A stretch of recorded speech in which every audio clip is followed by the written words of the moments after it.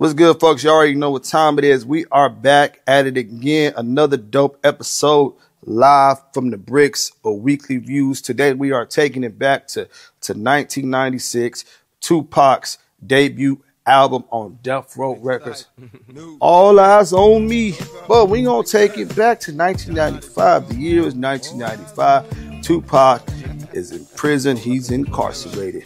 Suge Knight and his team decides to go bail Tupac out on $1 million bail. I think it was $1 million. And then eventually will sign him to Death Row Records. Tupac signed to the label. There was a lot of noise going on in the industry.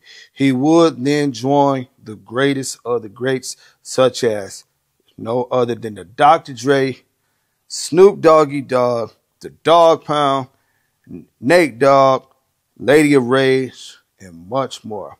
Now, this album right here is one of the greatest hip-hop albums of all time. I don't know where y'all gonna rank it, but it's in my top 5. Now, we're gonna start off with the first track. The album kicks off with My Ambitions as a Writer. Shout out to Daz Dillinger. He did an amazing job on that beat, on the production. All the beats that Daz did on there, from, again, Ambitions as a Writer to I Ain't Mad at You to two of America's Most Wanted. Classic songs. And this is the second double disc album in hip hop history, followed after Jazzy Jeff and the Fresh Prince. Now, one thing that I did love about this album, I love the production. I love the sound. This wasn't Tupac's his normal sound that we were used to. You know, when you listen to Me Against the World and when you listen to All Eyes on Me, you see it's very, very different type of album. This album, he was on a roller coaster. He was on rage. You can see it was a bit more anger in him, you know, getting out of prison, going through the whole case, you know, going through the beef with Biggie and Puff and Bad Boy Records, and, you know what I'm saying, that whole situation. But, you know, I want to talk about some of my favorite tracks. Like, again, you know, Ambitious as a Rider. You know what I'm saying? For me, one of my favorite song on this album is Life Goes On. Man, I prefer that over I Ain't Mad at You. But, you know, I Ain't Mad at You was, you know, one of the singles off of the album. But Life Goes On, it did something to me. You know, just hearing that song. You know, Holla at Me. God, man, I mean, Can't See Me.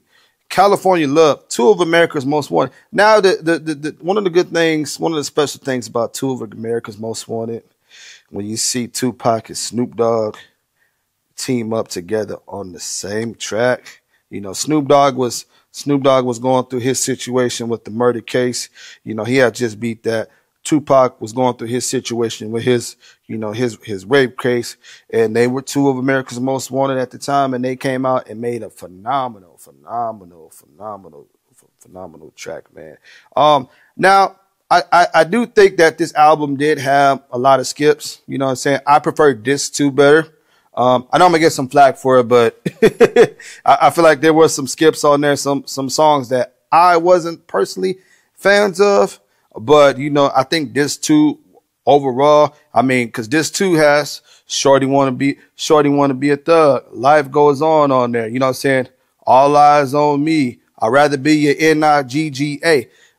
That one that disc is way better than Disc 1. You know what I'm saying?